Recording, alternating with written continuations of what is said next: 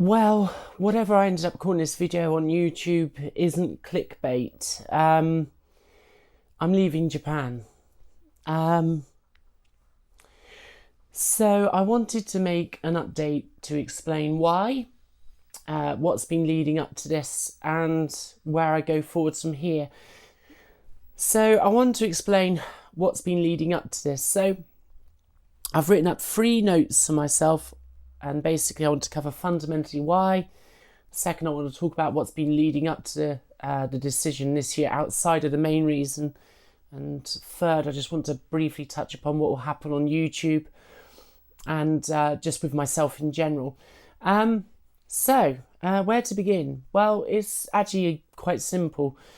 Some of you may be aware that at the end of September last year, I received some news from my family that my mum was in hospital, and sadly she was diagnosed with stage 4 cancer, and that basically means terminal cancer. About 10 years or so ago, she was diagnosed with breast cancer for the second time back then, and I helped her through that along with the rest of the family, and she went into remission, made a full recovery. But it's obviously come back, or it never really went away, because it's now become, I forget how you say it, it's like a metastasized, or those of you who are better with medical terms will correct in the comments, but this essentially means that the breast cancer has spread to other parts of the body, most fundamentally the bones, as well as small patches here and there. So luckily, at Christmas and New Year's just gone, I was able to go back to the UK to see family, my first family Christmas with my family for 5 years.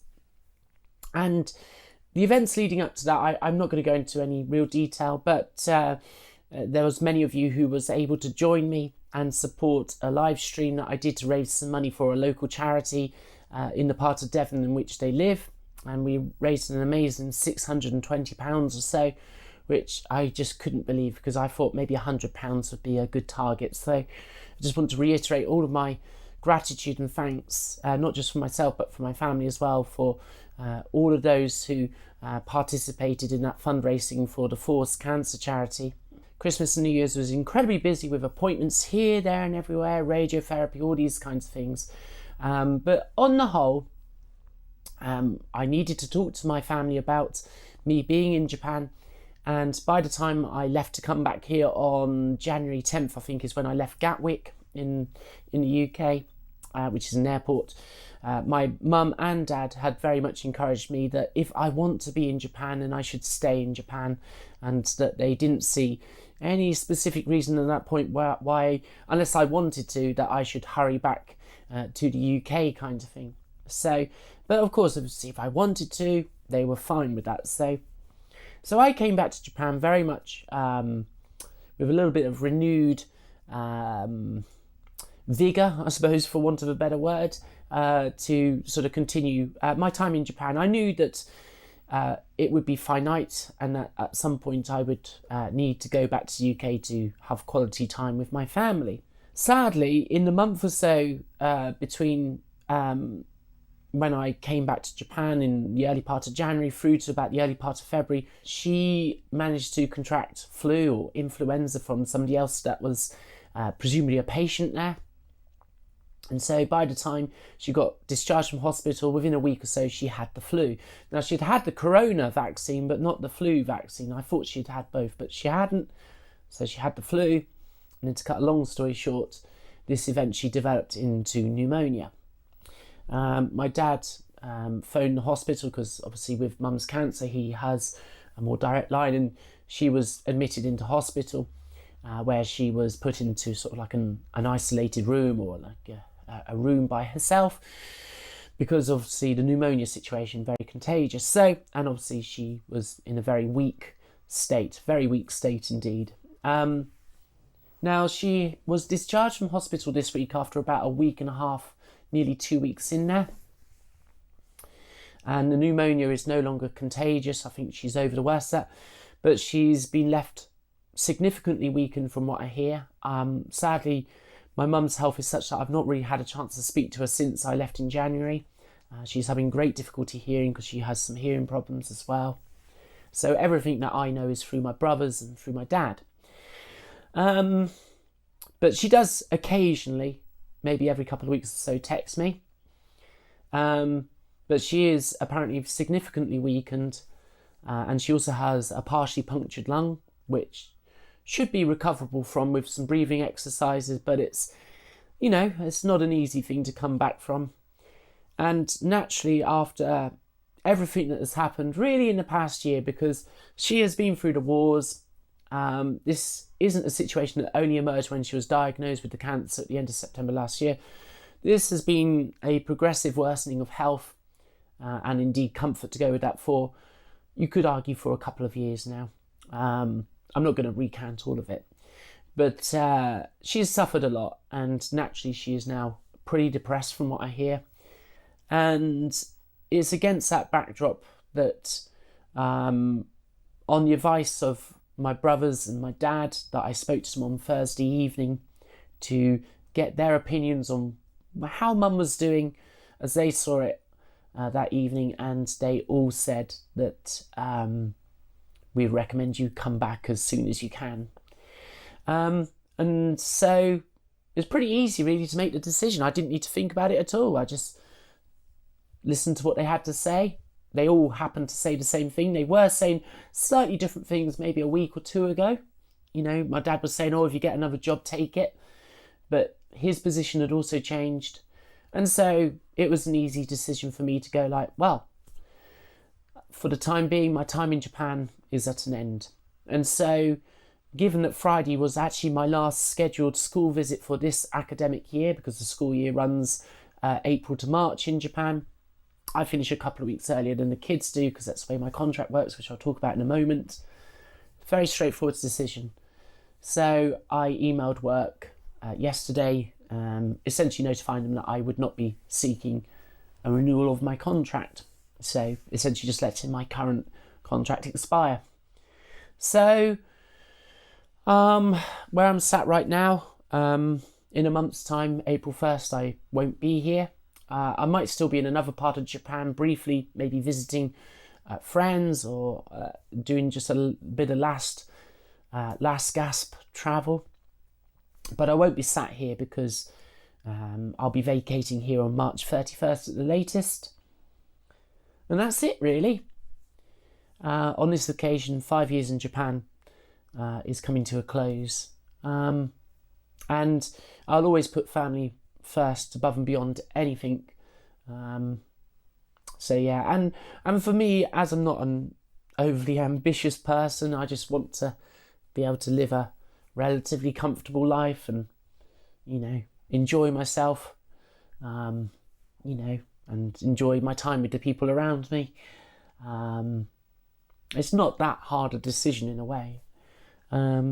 Naturally, I will miss Japan hugely, but it's not the last time I'll ever be in Japan. I mean, maybe at some point in the future I will be visiting, or maybe I'll be living out here again. So it's more of a journey rather than a sayonara. So that's where I'm at with the basics of it. The next thing I need to talk about is some of the other things leading up to this decision, which obviously feed into making it quite an easy decision for me. Not that it needed these reasons, because I would have decided to leave Japan on the reasons that I've literally just described. So I'm not going to go into this in any great detail, because there is a lot to it. And people who are on my Patreon that have been able to follow the last couple of years will know in great detail, in some cases, about many of the difficulties, struggles, in between lots of moments of, wonderful stuff going on. So it's not all bad news, but there have been a number of fairly significant things that feed into this decision. So let's talk about that. Fundamental to all of this is the work that I've been doing for the last 5 years, and that has been as an assistant language teacher and an ALT, helping out in classrooms in Japanese public schools elementary school or primary school, and up until a couple of years ago also junior high school, which is the ages of 12 through to 15 here in Japan. For the last couple of years I haven't been working in junior high school, only in elementary school. And then the nub of it is in the job title. You are meant to be an assistant. But for the last couple of years, I have been anything but an assistant. I have been the main teacher in the classroom, leading the class, planning all of the class, and executing everything in the majority of the classes that I'm part of. I am the number one teacher, and this is something that people call T1 sometimes when talking about this particular role. Now, this is something that officially the Japanese government is against and says shouldn't happen, but the reality is that it does happen. Japan has a rapidly aging population. Teachers retire. There are less teachers joining the profession, and so there is a shortage of teachers. It's actually quite surprising how many of the so-called Japanese teachers of English, Japanese people that teach English, actual English teachers, are actually quite a bit older. And some of them look like they have gone beyond the retirement age, shall we say. Not knocking them, it's just a statement of fact. And so there is a shortage, and so ALTs are very gradually being used to supplement this shortage. But they are not being paid teaching wages, nor are they gaining meaningful qualifications which would allow them in almost all cases to join the public school system here in Japan, or maybe private schools, with real meaningful transferable qualifications that actually make a difference to people's pay. Instead, you get people like me. I don't have a teaching qualification. None at all. I don't even have a so-called TEFL, which is a fairly basic sort of qualification related to teaching of English. Teaching English as a foreign language is what it means. I don't even have that, so I have literally zero. All I have is 5 years of experience and my own aptitude for the role. But when it comes to being able to say, I would like to become a full-blown employed teacher in Japan with the Board of Education, my 5 years of experience pretty much count for absolutely nothing whatsoever anywhere in the world, including Japan. So the role is being abused for what it is, and this is set against a backdrop of a lot of these positions being filled by so-called dispatch agencies. Dispatch agencies, in the case of sort of who I work for or worked for, they're essentially just recruitment agencies that specialise in dispatching, foreigners, by and large, like myself, to work in kindergartens, elementary schools, junior high schools and high schools, and maybe some other institutions as ALTs. And it's no secret that a lot of these dispatch agencies are now openly admitting that when they go to visit boards of education, that their ALTs that they can dispatch can do the number one teacher role.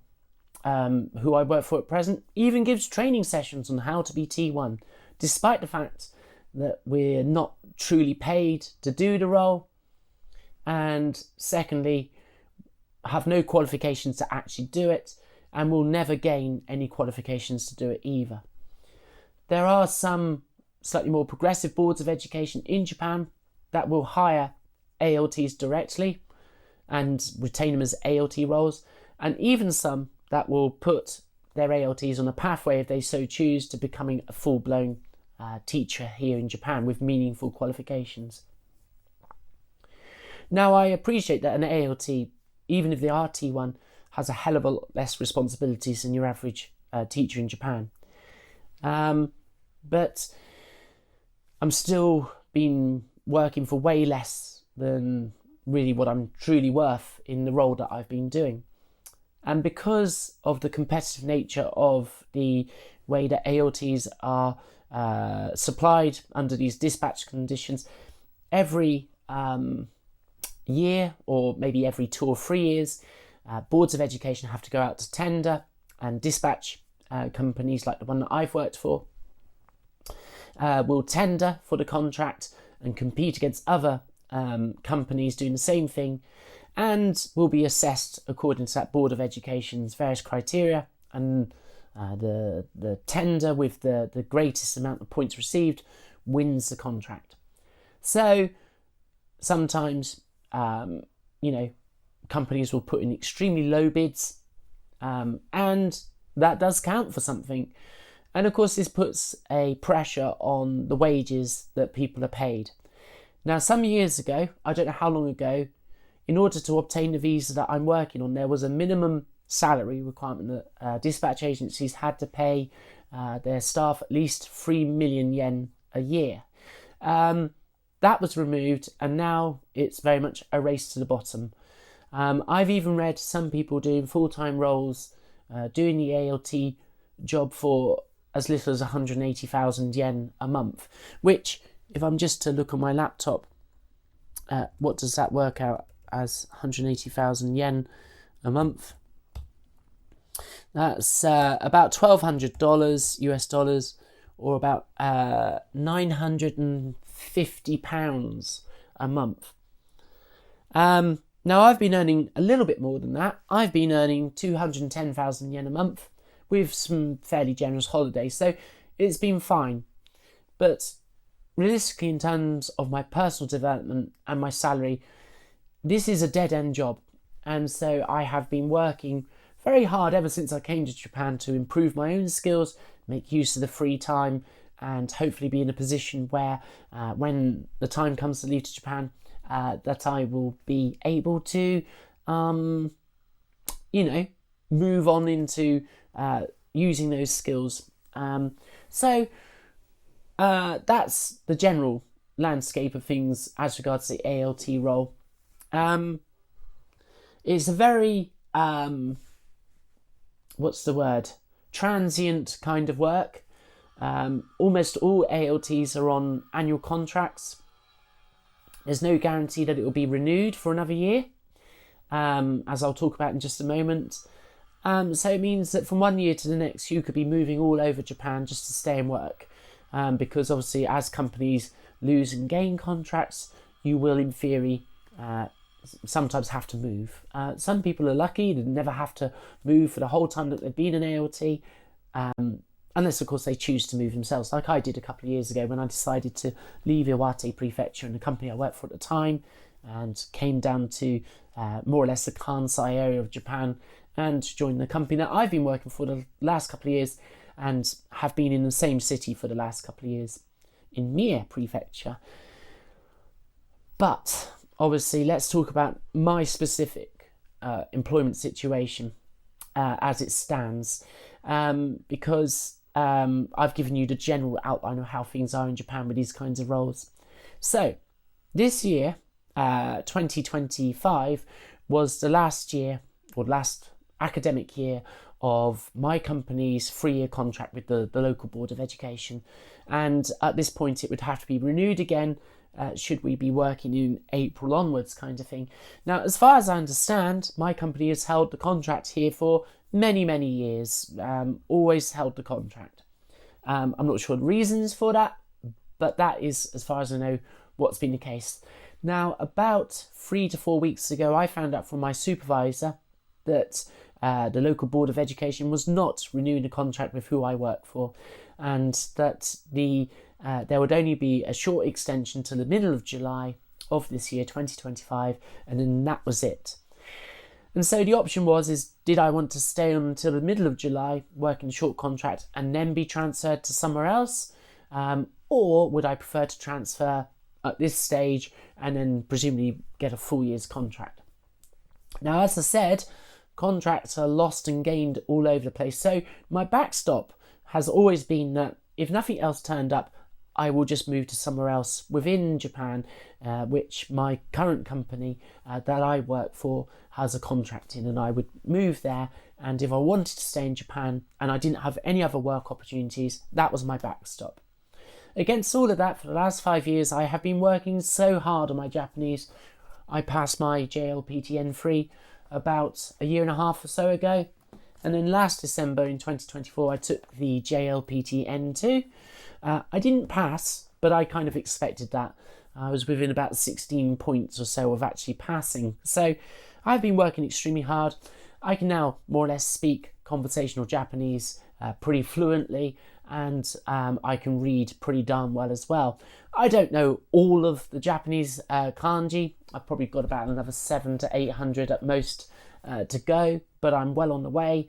And so yeah, I'm pretty fluent in all of my daily needs. Sure, some of my business Japanese is a bit weak, if I'm honest, but that's never been necessary to do my job. I'm aware of it. I can understand it when I'm reading it. I just struggle a little bit when using Keigo and Sonkeigo. Well, you know, Keigo basically, which is like honorific Japanese or honorific language. So, and also Sonkeigo, which goes to that as well, which is like respectful language. It's a bit of a difficult area in Japanese, amongst many other things. But I have really done myself proud, given that I have mostly studied by myself to get as far as I have. And I think that will lead into some good work opportunities. But without the N2, I am very limited visa-wise in terms of what kind of work I can do. So I'm kind of limited to the kind of work that I have been doing for the duration that I've actually been in Japan, shall we say. So teaching English as a foreign language, essentially. I've interviewed a number of jobs, which obviously I didn't get. There was a couple of more local jobs which I did very well in the interviews, apparently according to people interviewing me, but wasn't offered the role. One of which I didn't think was actually a role for me anyway, so I wasn't too disappointed about that.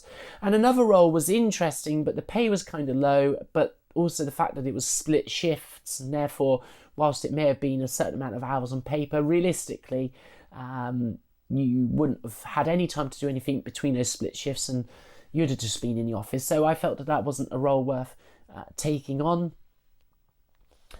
And most recently, there was another role which apparently I did very well at interviewing. In fact, kind of unusual. I think I will talk about this.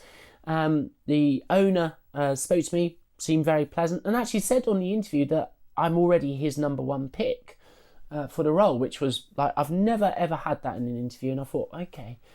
So I don't know whether that was an interviewing technique or what, but I just said, well, thank you very much kind of thing. But I didn't take it for granted. And then, of course, obviously I had a second follow-up interview, which I felt went very well. And then a week or so after that, I then got a follow-up email actually saying that, well, we've interviewed another candidate that actually uses the system that we use at the school, has experience using that, and therefore actually you're now our second preference candidate, but we will let you know in 2 to 3 days time what the outcome is, which again is kind of unusual, but hey ho, at least they're on the face of it being very transparent.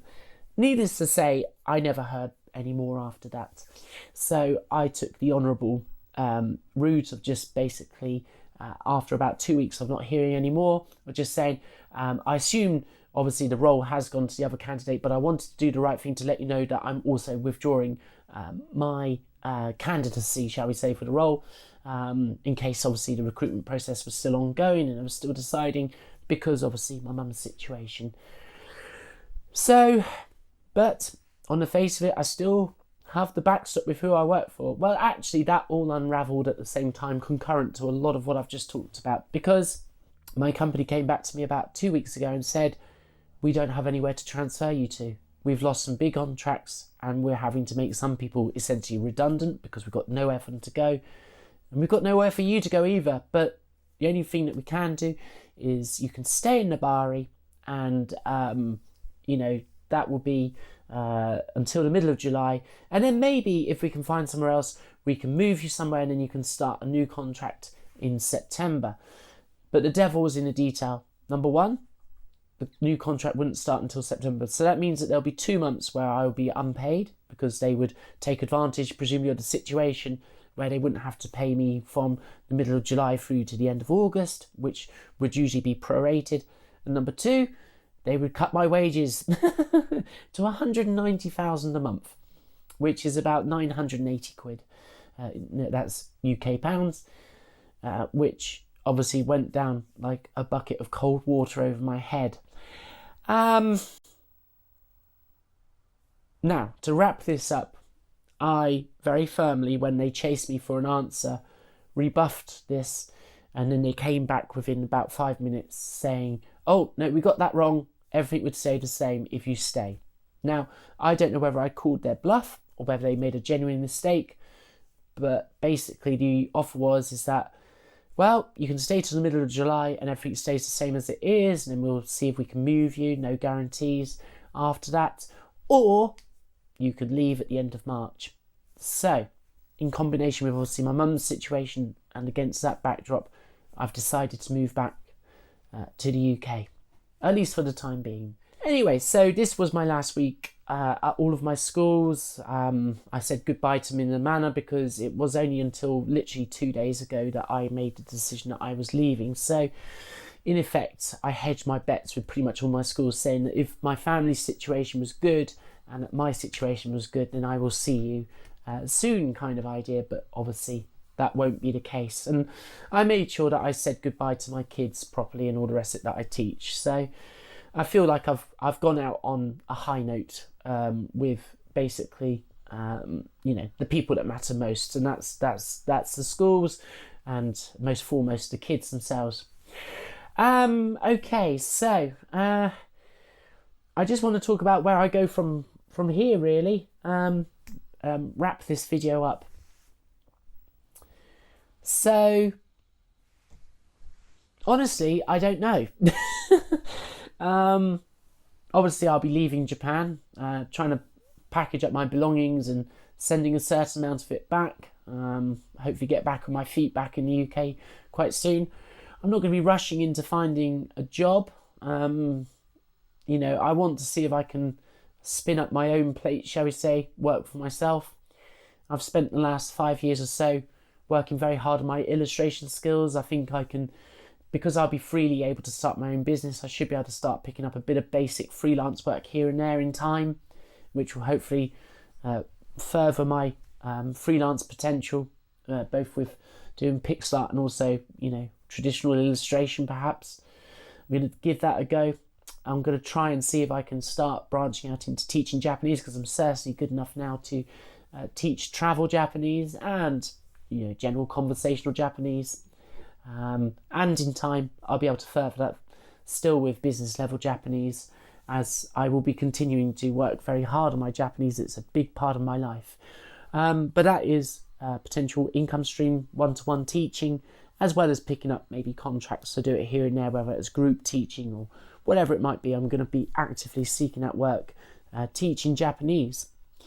And the other thing that I've got is picking up some of my photography work. Some of you may know that I worked as a wedding photographer for about 8 years. My own business. I was pretty successful at doing that, worked all over the UK and Europe. I'm not going to be going back to the way that I used to do it. It's going to be much more focused. I'm going to try and keep it quite local, if I'm honest. I don't really want to be travelling that far. I think I might cover some further afield places in the UK, but generally I want to keep it pretty local, a lot more simple. It's just a bit of money in the pocket, really.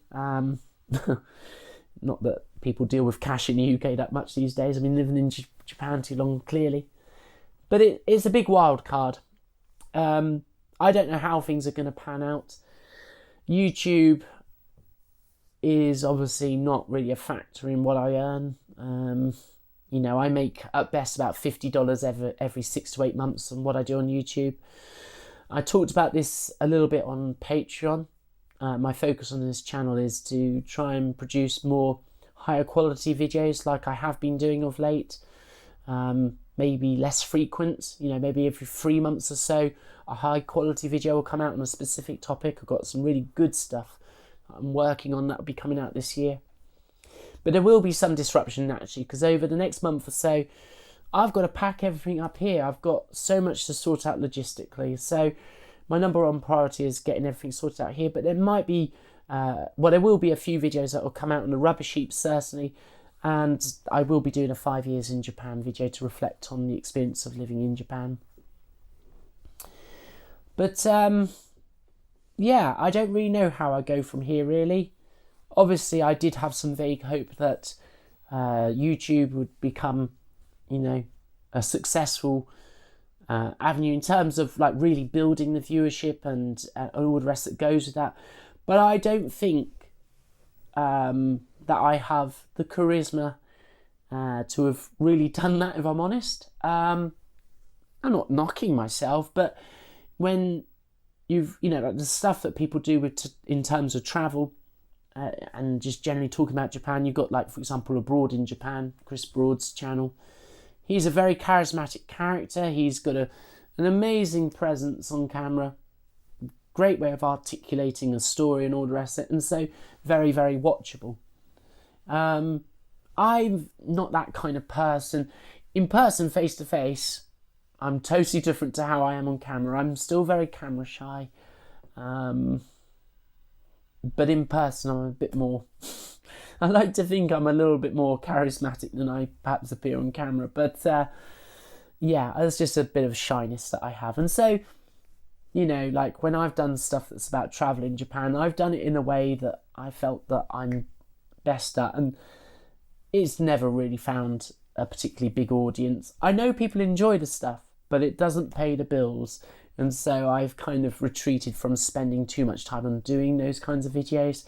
I've said on Patreon that I will put together some of the remaining travel logs as just sort of straightforward videos, because I'll be doing them for my records anyway, but there won't be any narration or any sort of scripting or storyboarding. It will just be like, one day to the next kind of, splicing clips together kind of idea.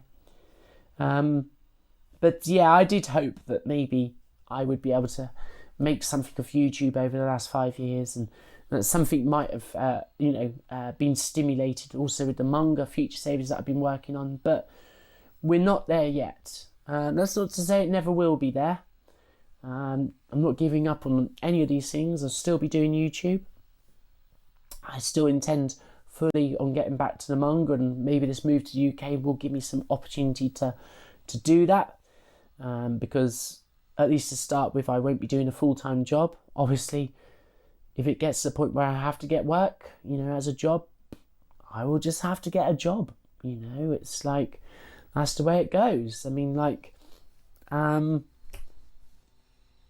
we'll cross that bridge when we get to it. So I want to take this small window of opportunity to, first and foremost, have time with my family, hopefully be there for my mum a bit, and, of course, my dad, who's done so much, and of course my brothers as well. They've all done so much, but for me to be more present is the priority.